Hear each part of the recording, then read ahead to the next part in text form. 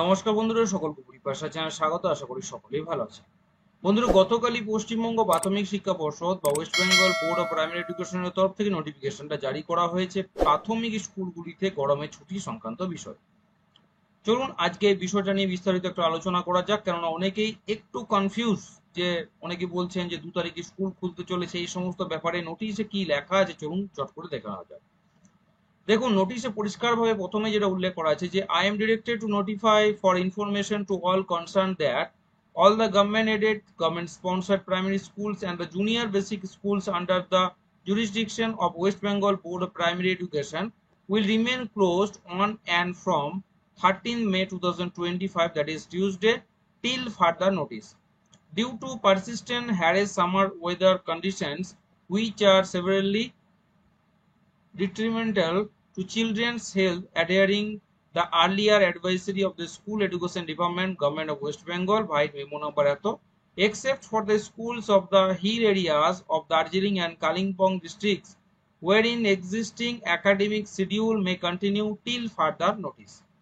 The teaching and non-teaching staff will also remain on leave as a special case during the period or till the schools reopen, subject to the directions issued by the competent authorities. The teaching and non-teaching staff of schools shall make suitable arrangements for conducting extra classes after reopening of schools to make up the loss due to closing of schools in the interest of primary school students. All the chairperson of district primary school council are requested to take necessary action immediately.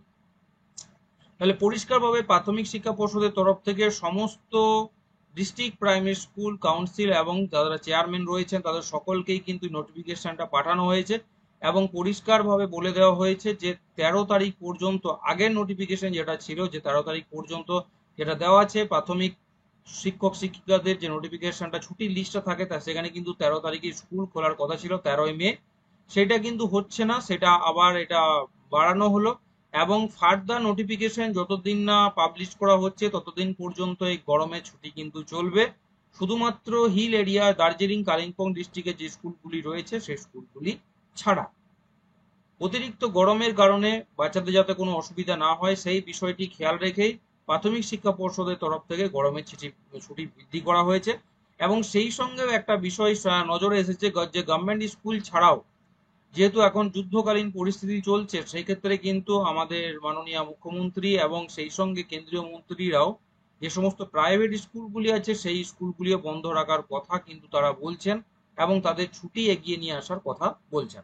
সুতরাং বোঝাই যাচ্ছে যে প্রাথমিক শিক্ষা পর্ষদ থেকে further যতদিন না নোটিফিকেশন জারি করা হচ্ছে ততদিন পর্যন্ত স্কুল কিন্তু এখনো ছুটি থাকছে। আসছি পরে ভিডিও নিয়ে, সকলকে বলবো যে চ্যানেল নতুন, চ্যানেলটিকে অবশ্যই সাবস্ক্রাইব করবেন, শেয়ার করতে ভুলবেন না, নোটিফিকেশন বেলটি অবশ্যই করে রাখবেন, ভিডিওটি লাইক করবেন। সকলে ভালো থাকবেন, সুস্থ থাকবেন।